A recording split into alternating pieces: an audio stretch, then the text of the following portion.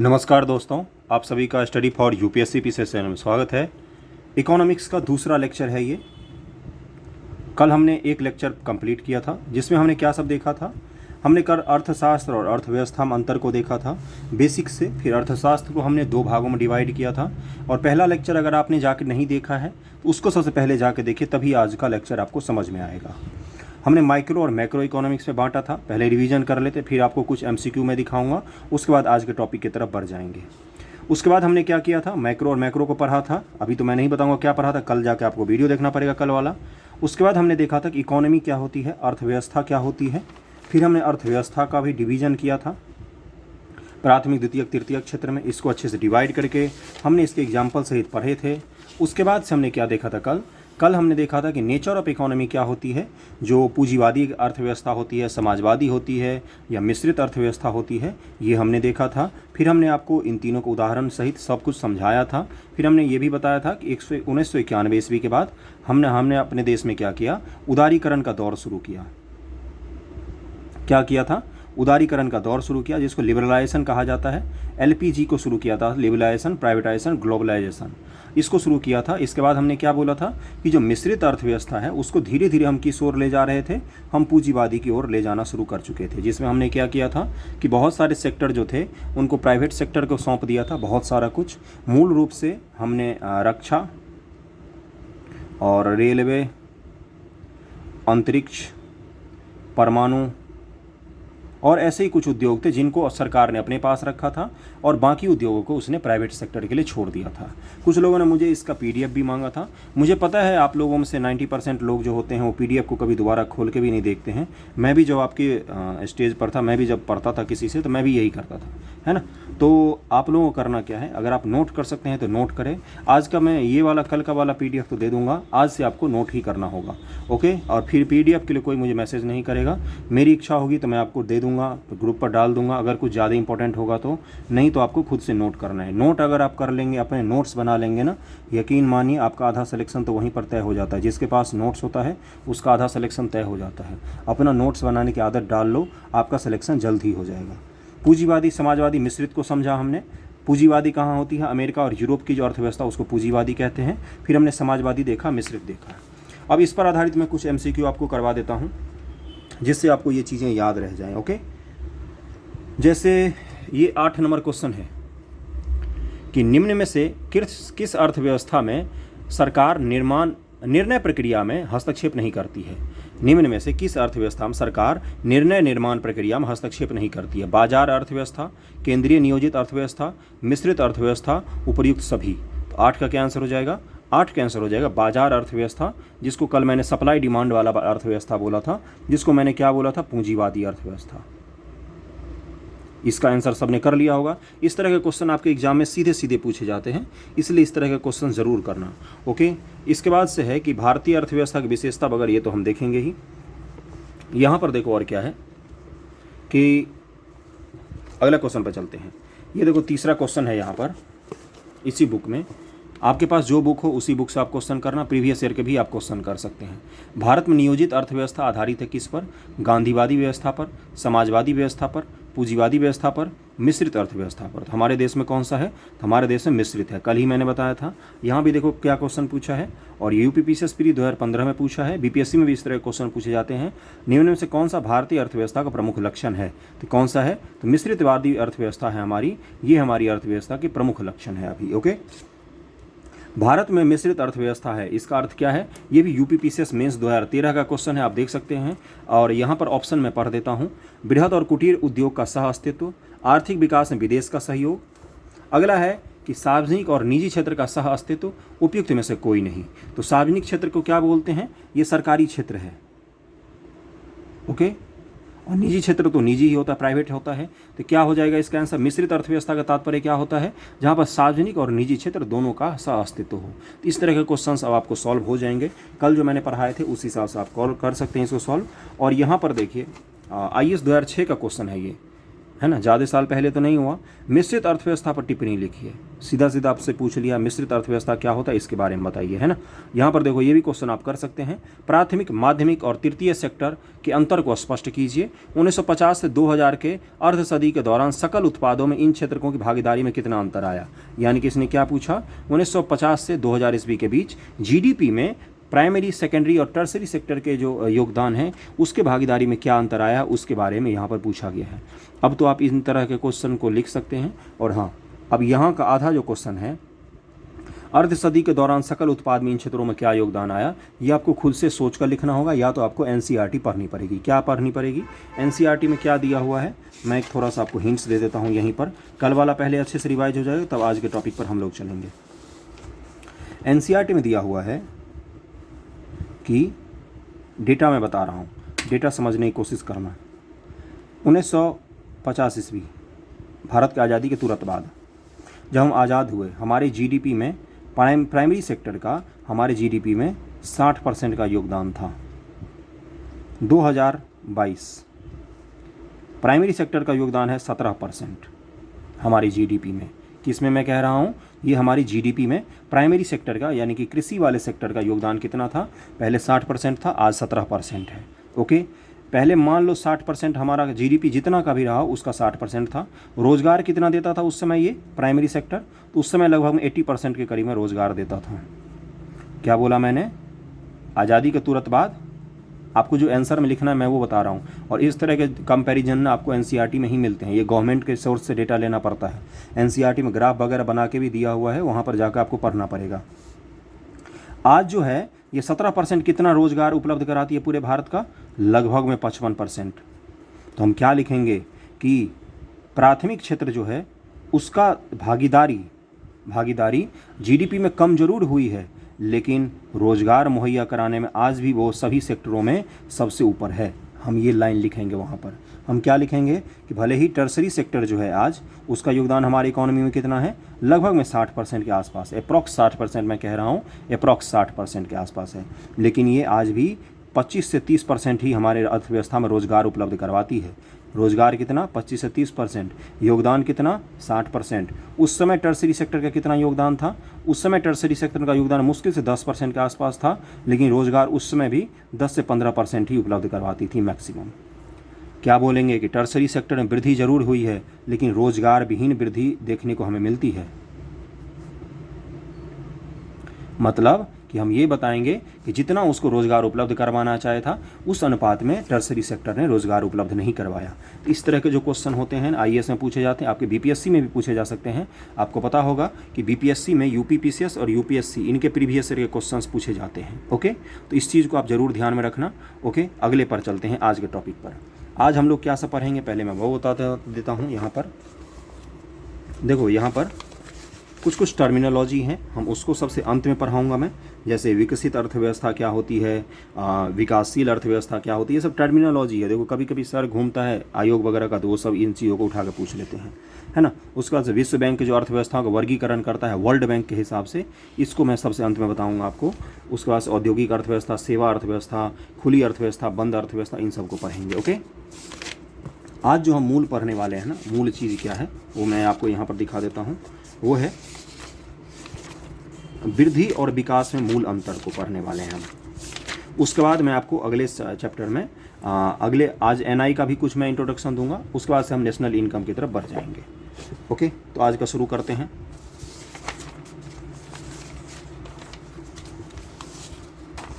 क्या है चैप्टर का नाम आज है, पहला लेके चलना, एक सेकंड रुक जाओ, इसको दो भाग में बांट लेते हैं। आज की पढ़ाई के बाद, है ना, आज की पढ़ाई के बाद आप लोग ना मूल रूप से सरकारों को समझना शुरू कर दोगे। इसका मतलब क्या है, मैंने क्या बोला, ये क्या बोल दिया मैंने, बताओ।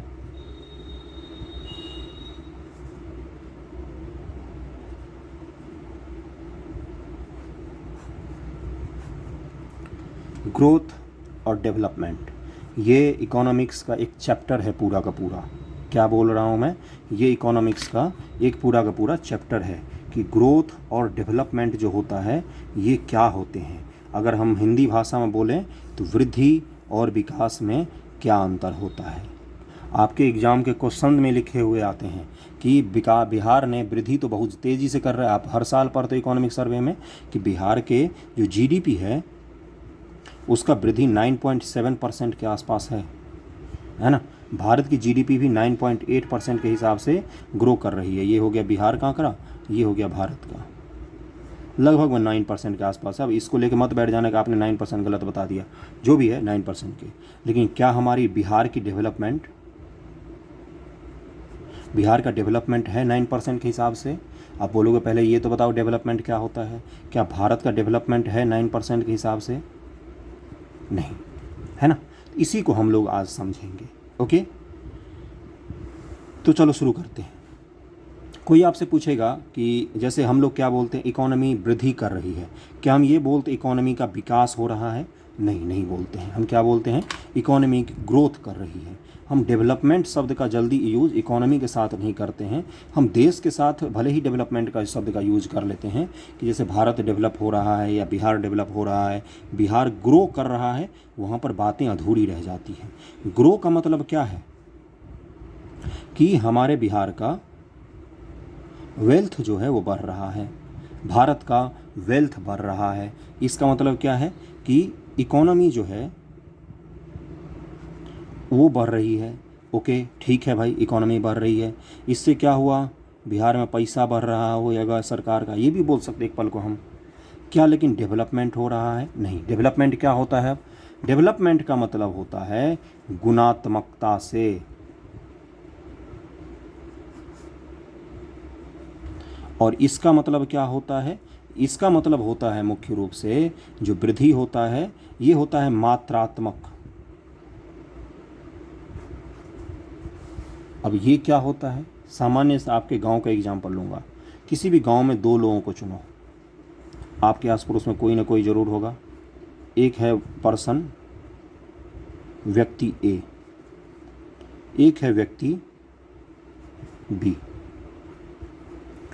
ओके, ज़रूर होंगे आपके भी घर के आसपास। मान लो कोई भी दो आदमी, अभी मान लो 20,000 रुपया दोनों की आई है ना। इसको 20,000 मिला, इसने खर्चा किया कहाँ? अच्छा खाना खाया, घर बना लिया, गाड़ी खरीद लिया, घूमने चला गया। ओके, इसने 20,000 कमाया, इसने क्या किया? शिक्षा पर खर्च किया, स्वास्थ्य पर खर्च किया, सोना या ज़मीन पर खर्च किया, है ना। और क्या किया? भविष्य के लिए भी कुछ बचा लिया। मैं जिस चीज़ को समझाना चाह रहा हूँ वहीं पर जाना और कहीं भी मत जाना। हम क्या बोलेंगे 5 सालों बाद कि ये जो व्यक्ति है इसकी भी आय 20,000 पर मंथ थी, इसकी भी आय 20,000 पर मंथ थी, लेकिन 5 साल बाद ये जो व्यक्ति बी है ये एक अच्छे कंडीशन में बैठा होगा, अच्छे तरीके से जीवन को निर्वाह कर रहा होगा। इस व्यक्ति के पास हो सकता है इसके ऊपर कर्ज ही आ गया हो। माने कि हम क्या बोलेंगे कि इस व्यक्ति के पास जो ग्रो था, 20,000 तनख्वाह इसको भी मिल रही थी, 20,000 तनख्वाह इसको भी मिल रही थी। इसका खर्च करने का नज़रिया अलग था, इसका खर्च करने का नज़रिया अलग था। इसने जिन चीज़ों पर खर्च किया वो उसको वर्तमान जीवन में सुख दे सकता था, इसने जिन चीज़ों पर खर्च किया वो लॉन्ग टर्म निवेश था।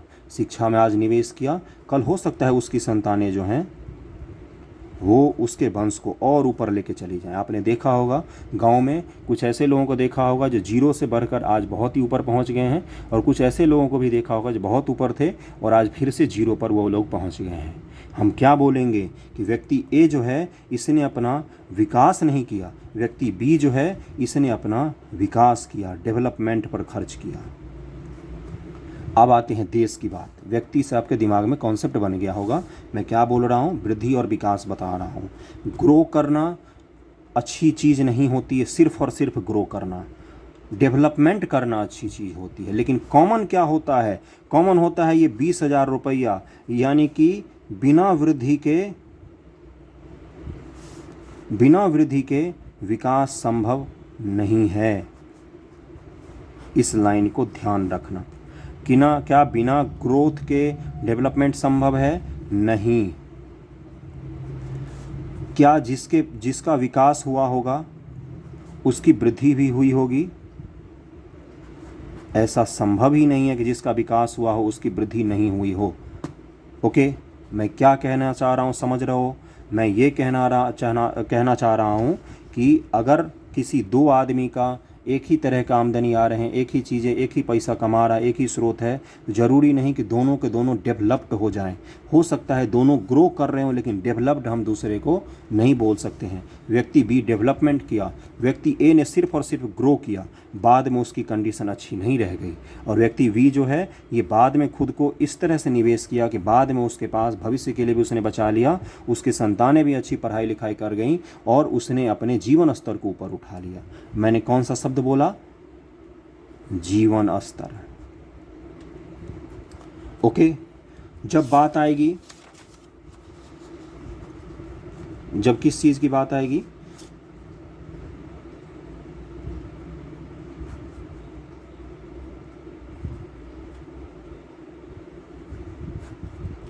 जब बात आएगी जीडीपी की तो ग्रोथ का होगा, ग्रोथ में जाएंगे। जब बात आएगी एनएनपी की, ग्रोथ में जाएंगे हम लोग। जब बात आएगी प्रति व्यक्ति आय की, प्रति व्यक्ति आय के अलावा और क्या आएगा? मान लो एनएनपी आ गया, उसके बाद से जीएनपी आ जाएगा, है ना। और इंफ्रास्ट्रक्चर में डेवलपमेंट थोड़ा बहुत कर सकते हैं हम। ये सब किस में आता है? ये सब हमारे देश के ग्रोथ को दिखा रहा है ना, कि आय बढ़ गई, या मान लो सेवाओं की सेवा बढ़ गया हमारे देश में, या विनिर्माण सेक्टर बढ़ गया, है ना। ये सब किस में आते हैं? ये सब ग्रोथ के तहत आते हैं। डेवलपमेंट में कौन सी चीज़ें आती हैं? डेवलपमेंट में ये आता है कि हमने इसको किस तरह से उपयोग करके अपने देश की society, social development, social development हमने अपने देश का कितना किया है। मतलब कि हमने अपने देश में शिक्षा को कितना ग्रो किया है, स्वास्थ्य को कितना बढ़ाया है, समानता हमने स्थापित की है कि नहीं, कि हमारे देश में विषमता ही है, क्या हमने अपने देश से गरीबी को दूर किया है ना, हमने पर्यावरण पर कितना ध्यान दिया है। ये सब चीज़ें किस चीज़ में आती हैं? ये सब चीज़ें आती हैं डेवलपमेंट में। जब भी अब सरकार बोले या कोई भी बोले कि हमारे देश में डेवलपमेंट हो रहा है, जीडीपी बढ़ रहा है, तो उसको आप क्या बोलोगे? कि जीडीपी के बढ़ने का मतलब डेवलपमेंट नहीं, ग्रोथ होता है, वृद्धि होती है, वृद्धि होती है ना। और इसका मतलब विकास होता है। ये इकोनॉमिक्स के टर्म है, मैं कोई अपनी तरफ से नहीं पढ़ा रहा। इकोनॉमिक्स में चैप्टर है वृद्धि और आर्थिक विकास। ओके, अब हैं मूल रूप से आर्थिक वृद्धि और आर्थिक विकास। आपको समझ में आ गया होगा कि मैं क्या कहने की कोशिश कर रहा हूँ। आर्थिक वृद्धि और आर्थिक विकास में क्या समझा रहा हूँ, मूल रूप से समझ में आ गया होगा। यानी कि जब किसी देश में गुणात्मक परिवर्तन आता है ना, तो उसको हम क्या बोलते हैं? कि डेवलपमेंट हो रहा है। जब किसी देश की अर्थव्यवस्था में केवल और केवल मात्रात्मक परिवर्तन आता है ना, तो उसको हम क्या बोलते हैं? कि उस देश में ग्रोथ हो रहा है और यहाँ पर डेवलपमेंट हो रहा है। हमारा साधन क्या है? हमें देखो, मूल चीज़ तो हमें किस पर पहुँचना है? हमें अपने देश का विकास करना है ना। उसके लिए साधन क्या है हमारे पास? साधन है हमारे पास वृद्धि, यानी कि वृद्धि जो है ये है साधन, और विकास जो है ये क्या है? ये साध्य। लक्ष्य हमारा क्या है? डेवलपमेंट को हासिल करना। और हमारा साधन क्या है? आर्थिक वृद्धि। क्या इन दोनों में से हमारे पास कोई भी एक चीज़ होगा तो क्या हम बढ़ सकते हैं आगे? तो हम नहीं बढ़ सकते हैं। जब तक वृद्धि नहीं होगी तब तक विकास नहीं होगा। और अगर डेवलपमेंट है तो वहाँ पर ग्रोथ नेसेसरी है, कि होगा ही होगा। बिना वृद्धि के कोई आदमी विकास कर ही नहीं सकता है। ओके, अब कोई भी देश जो वृद्धि या विकास करता है, आपसे क्वेश्चन पूछता है, इसलिए मैं कह रहा हूँ, बीपीएससी में भी क्वेश्चन पूछता है, किसी भी देश या राज्य के लिए वृद्धि विकास करने के कारक क्या क्या हैं? कारक यानी कि कौन कौन से ऐसे फैक्टर हैं जो उसको वृद्धि या विकास करने में मददगार होते हैं। अब इसको बांट लेंगे हम, आपके एग्जामिनेशन में भी ऐसे ही लिखना है आपको। क्या लिखेंगे? पहला, उसके पास प्राकृतिक संसाधन कितना है, प्राकृतिक संसाधन होने चाहिए उसके पास। उसके पास शिक्षित एक समाज होना चाहिए। शिक्षित से भी अच्छा शब्द क्या होगा? स्किल्ड, स्किल्ड लोग होने चाहिए उसके पास। उसका पर्यावरण भी अच्छा होना चाहिए, निवेश अच्छा होना चाहिए। इसके अलावा और क्या सब बोल सकते हो? अगला पॉइंट है ये, इसको यहाँ से जोड़ना भाई। स्थिर सरकार होनी चाहिए। और क्या होना चाहिए? और भी बहुत सारे फैक्टर आप जोड़ सकते हो अपने तरीके से। वृद्धि और विकास की, किसी भी देश के वृद्धि और विकास करने के लिए कौन कौन सा फैक्टर चाहिए? तो प्राकृतिक संसाधन चाहिए, स्किल्ड लोग चाहिए, पर्यावरण चाहिए, निवेश चाहिए, स्थिर सरकार चाहिए, अच्छी नीति चाहिए। नीति नहीं ढंग की होगी तो हम कैसे विकास करेंगे, है ना? तो ये सब फैक्टर्स हैं, इनको आपको एक्सप्लेन करना है खुद ही कि प्राकृतिक संसाधन किसी देश के वृद्धि या विकास में कैसे मददगार होते हैं, स्किल्ड लोग किसी देश के वृद्धि और विकास में कैसे मददगार होते हैं, पर्यावरण कैसे मददगार होती है, निवेश कैसे होते हैं। निवेश का मतलब क्या होता है? इन्वेस्टमेंट जिसको बोलते हैं। पैसा नहीं आएगा आपके पास, इन्वेस्टमेंट नहीं आएगा तो आप कैसे अपने देश में फैक्ट्रियाँ लगाओगे या नई नई कंपनियाँ खोलोगे, है ना? तो ये वृद्धि और तो ये सब कारक हैं इसके वृद्धि और विकास के लिए जो चीज़ ज़रूरी होता है। ओके, और अच्छी नीति वगैरह से ये सब हो सकता है। इसके अलावा अगर हम एक बार और रिवीजन कर लेते, पहले देखते हैं क्या सब हमने पढ़ा है आज। ओके, वृद्धि और विकास, दो शब्दावली हमने पहले देखी कि क्या अंतर होता है। ये अंतर आपको एग्जामिनेशन में क्वेश्चंस में जब आपको शब्द मिलेगा ना कि बिहार की वृद्धि के लिए कौन कौन से आवश्यक चीज़ हैं या वृद्धि के लिए क्या क्या किया जा सकता है, तो वहाँ पर आपको अलग से लिखना होगा। पूछेगा बिहार के विकास के बारे में लिखिए, तो बिहार के विकास या भारत के विकास के बारे में जब पूछेगा तो आपको उसको अलग से लिखना पड़ेगा। दोनों की शब्दावलियाँ स्पष्ट हो गई होंगी। फिर मैंने दो एग्जाम्पल दिए लोगों के, फिर वृद्धि विकास के मैंने तरीके भी बताए कुछ, कैसे क्या होता है। उसके बाद मैंने बताया कि वृद्धि जो है ये साधन होता है, साध्य या लक्ष्य हमारा क्या है, तो विकास हासिल करना है। फिर मैंने आपको बताया कि कौन कौन सी चीज़ें हैं जो विकास के पैमाने पर जो पैमाना होता है ना एक चीज़ का, हाँ विकास कर रहे हैं हम, उसमें हम क्या क्या देखेंगे कि हमारे देश में शिक्षा बढ़ रही है कि नहीं, स्वास्थ्य बढ़ रही है कि नहीं, समानता है कि नहीं, गरीबी है, पर्यावरण, गुणात्मक परिवर्तन देखते हैं इसमें मात्रात्मक परिवर्तन देखते हैं। उसके बाद मैंने आपको कुछ कारक बताए हैं। प्राकृतिक संसाधन होने चाहिए देश के पास, स्किल्ड लोग या मानव संसाधन भी बोलते हैं, इसको क्या बोलते हैं सामान्य शब्दों में? मानव संसाधन। वैसे मानव को संसाधन एक मानना गलत होता है नैतिक रूप से। और बाकी पर्यावरण होता है, निवेश होता है, स्थिर सरकार चाहिए, अच्छी नीति चाहिए, वगैरह वगैरह वगैरह। ओके, अब हम लोग चलेंगे कि भाई तुमने वृद्धि विकास की इतनी सारी बातें तो कर ली, ये बताओ कि हम किसी भी देश में ये कैसे देखेंगे कि वृद्धि हो रही है, विकास हो रही है, कैसे मापेंगे? कोई तो पैमाना होगा ना जिसके आधार पर हम लोग मापते हैं, है ना? मापन किसका? वृद्धि और विकास का। ये आपको लिखने के लिए आता है एग्जामिनेशन में, है ना? तो पहला क्या लिखेंगे हम यहाँ पर? हम यहाँ पर लिखेंगे ग्रोथ। यहाँ पर क्या लिखेंगे? डेवलपमेंट, विकास। बाइलिंगुअल लेकर चल रहा हूँ, आपको समझ में आ जाना चाहिए। और यहाँ पर क्या था? वृद्धि। आपका पूरा चैप्टर है ये। वृद्धि को हम किस चीज़ों पर नापते हैं? आपको ऐसे ही लिखना पड़ेगा एग्जामिनेशन में भी। क्या बोलेंगे? GDP, NNP, net national product, है ना? इसको ये बोल दीजिए ग्रॉस डोमेस्टिक प्रोडक्ट। इसके अलावा क्या बोल सकते हैं? प्रति व्यक्ति आय, ये बढ़ रही हो। या फिर क्या बोल सकते हैं? आयात निर्यात जो है ये बढ़ रहा हो हमारे देश का, है ना? या और क्या बोल सकते हैं हम आयात निर्यात के अलावा? एक मिनट रुक जाओ, इसको थोड़ा सा नीचे कर देता हूँ। हाँ, आयात निर्यात के अलावा और भी आप बता सकते हो किसी भी चीज़ को। मान लो कि और क्या बोल सकता हूँ मैं इसमें? क्या बोल सकते? बैंकिंग जो ढांचा है, बैंकिंग ग्रो कर रहा हो मूल रूप से किस में? तो मध्यम और उच्च वर्गों में जो बैंकिंग होती, पहले भी तो बैंकिंग थी ना, क्या सामान्य लोगों तक पहुंचती उसकी? नहीं थी। इससे भी अच्छा शब्द क्या होगा? इससे भी अच्छा शब्द क्या होगा? कि निवेश खूब सारी आ रही हो, है ना। इन सब चीज़ों के पैमाने के आधार पर आप क्या बोल सकते हो कि हाँ हमारे देश में वृद्धि हो रही है। जैसे अगर अभी अपने भारत देश की बात करें तो क्या यहाँ पर जीडीपी बढ़ रही है? बिल्कुल बढ़ रही है। हम दुनिया के 5वें नंबर के सबसे बड़े जीडीपी वाले देश में पहुँच गए। अर्थव्यवस्था क्या हमारी बड़ी हो रही है आकार, अर्थव्यवस्था भी हमारी ग्रो कर रही है। लेकिन डेवलपमेंट को किस चीज़ पर हम लोग मापते हैं? पहला, मानव विकास सूचकांक। कुछ भी सीखा हो अगर आज तो ज़रूर मुझे कमेंट करके बताना कि हाँ फायदे कारक था कि नहीं। दूसरा, लैंगिक समानता सूचकांक। हमारे देश में लैंगिक समानता हो रही है कि नहीं। तीसरा,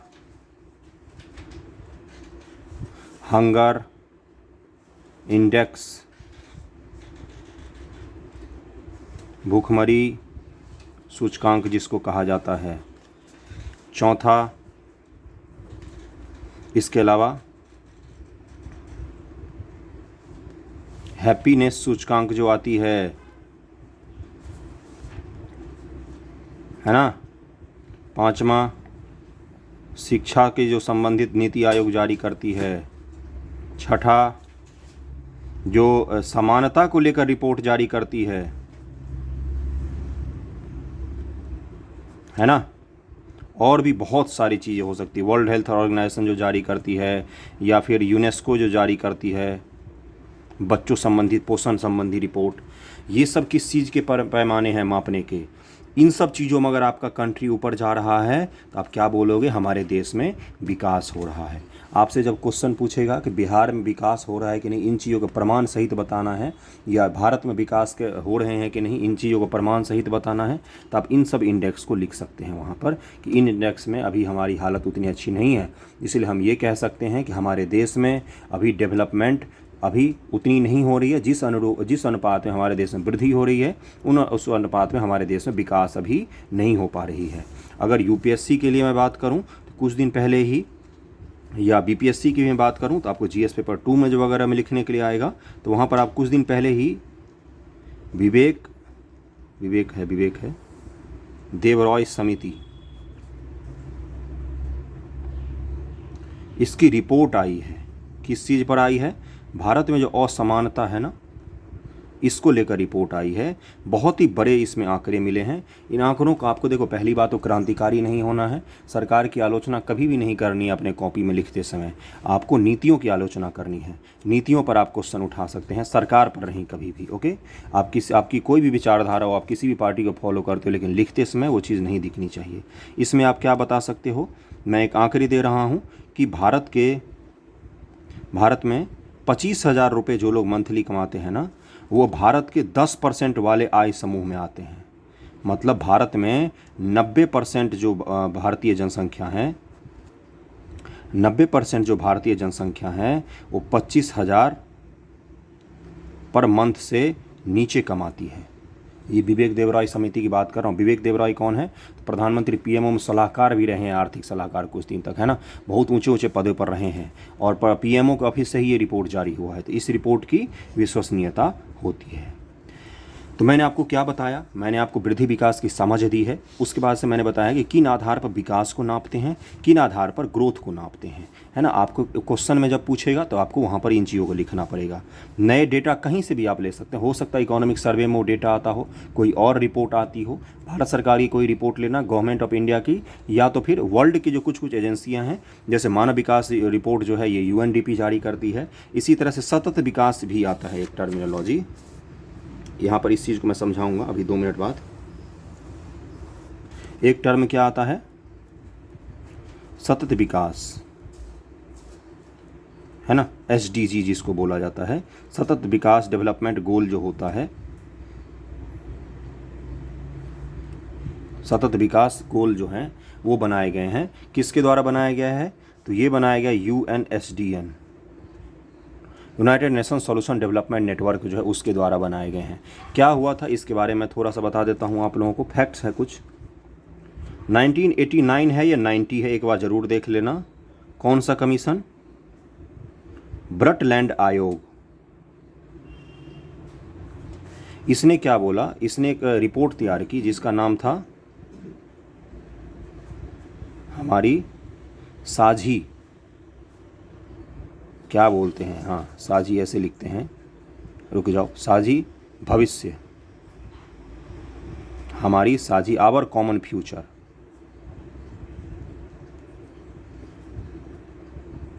आप लोग सोचते हो इस तरह के क्वेश्चन कहाँ से पूछता है। हमारी साझी भविष्य नाम से ब्रटलैंड आयोग ने एक रिपोर्ट जारी की 1989 में। इसने क्या बोला कि पूरे विश्व को सतत तरीके से विकास करना चाहिए, सस्टेनेबल, इसने शब्द दिया एक सस्टेनेबल। इसमें क्या होता है, सस्टेनेबल शब्द का अगर मैं मतलब समझाऊं कि इसका मतलब एक ही होता है, आज के ज़रूरतों को पूरा करके भविष्य के लिए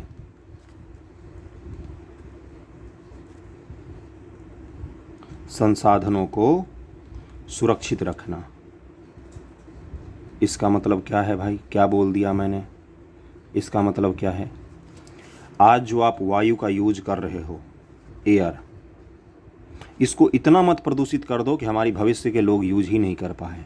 आज जो वाटर कंजर्वेशन आप कर लोगे, पानी को बचा लोगे, तो भविष्य के लोग भी उसको यूज कर पाएंगे। आज अगर सारे ख़त्म हो जाएंगे तो आप नहीं यूज कर सकते हो।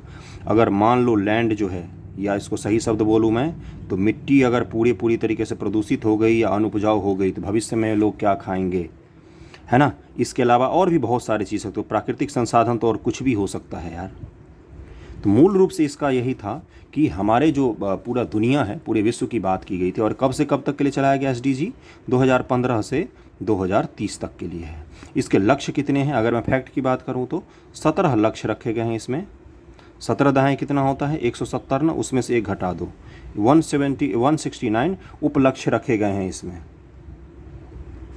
उपलक्ष्य रखे गए हैं। इसमें लक्ष्य क्या क्या रखा गया है, अगर मैं उसकी बात करूं तो SDG में वही सब रखे गए हैं लक्ष्य जो डेवलपमेंट के लिए ज़रूरी होता है, जैसे गरीबी को दूर करना, गरीबी समाप्त करना, भूखमरी को समाप्त करना, है ना, लैंगिक समानता स्थापित करना, लैंगिक समानता।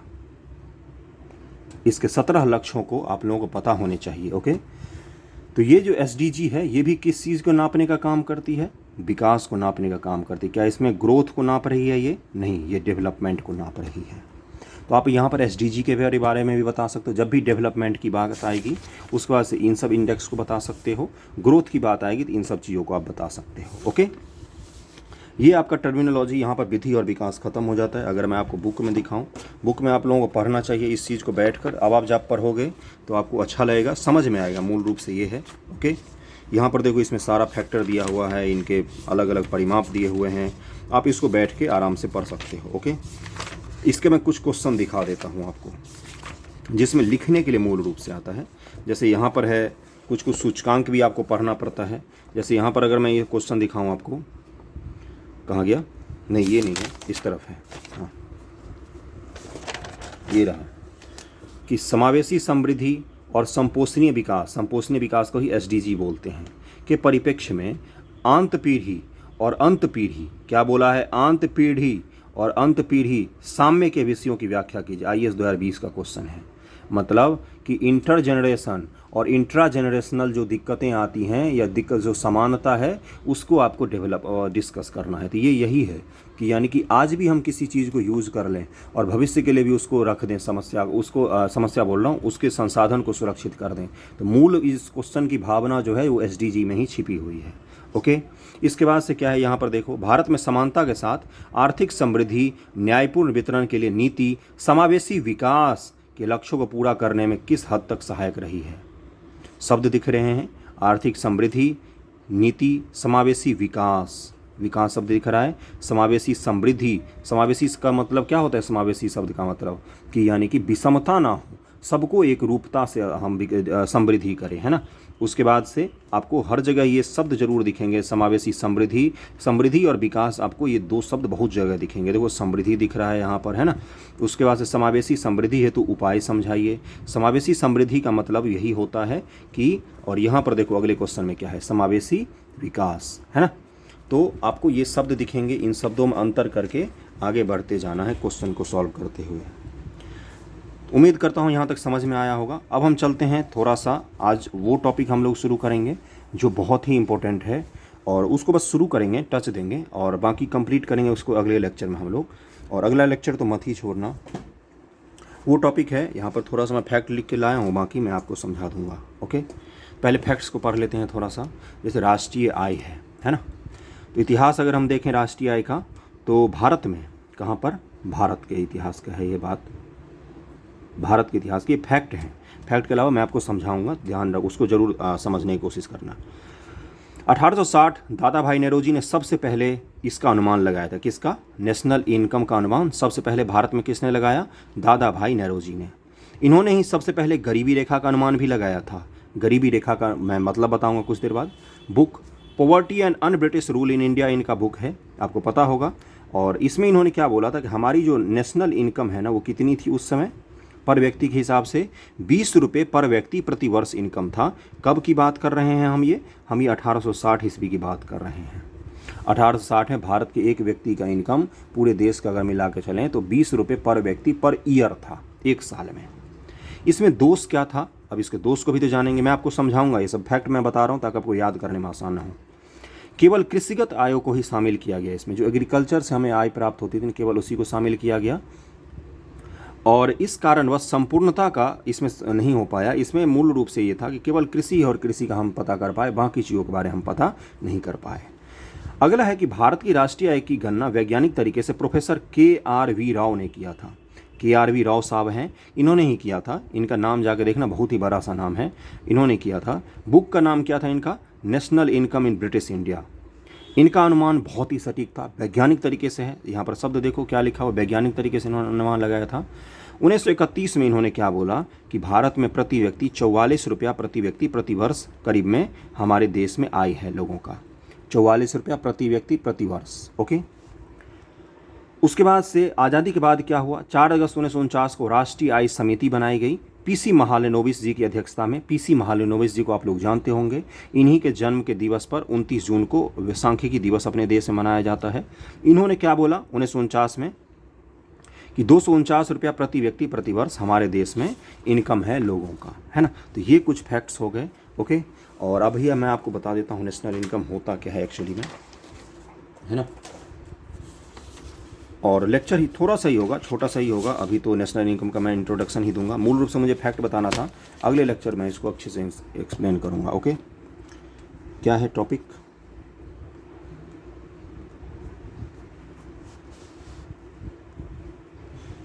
राष्ट्रीय आय। सबसे पहला चीज, क्यों ज्ञात करें हम इसको? दूसरा क्या है, क्या है?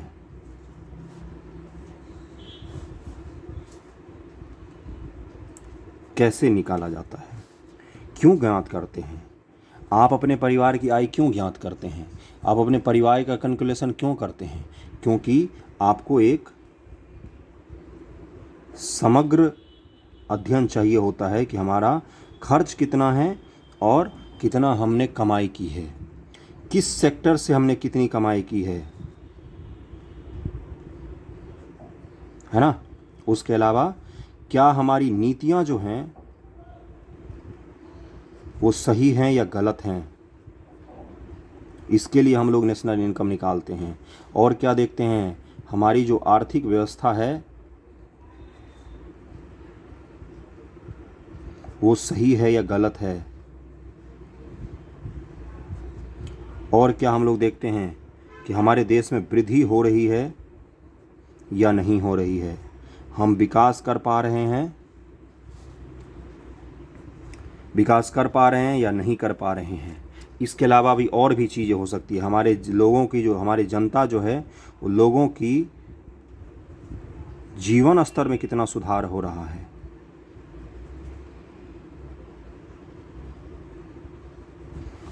इन चीज़ों के कारण हम क्या करते हैं, मूल रूप से नेशनल इनकम हम निकालने की कोशिश करते हैं।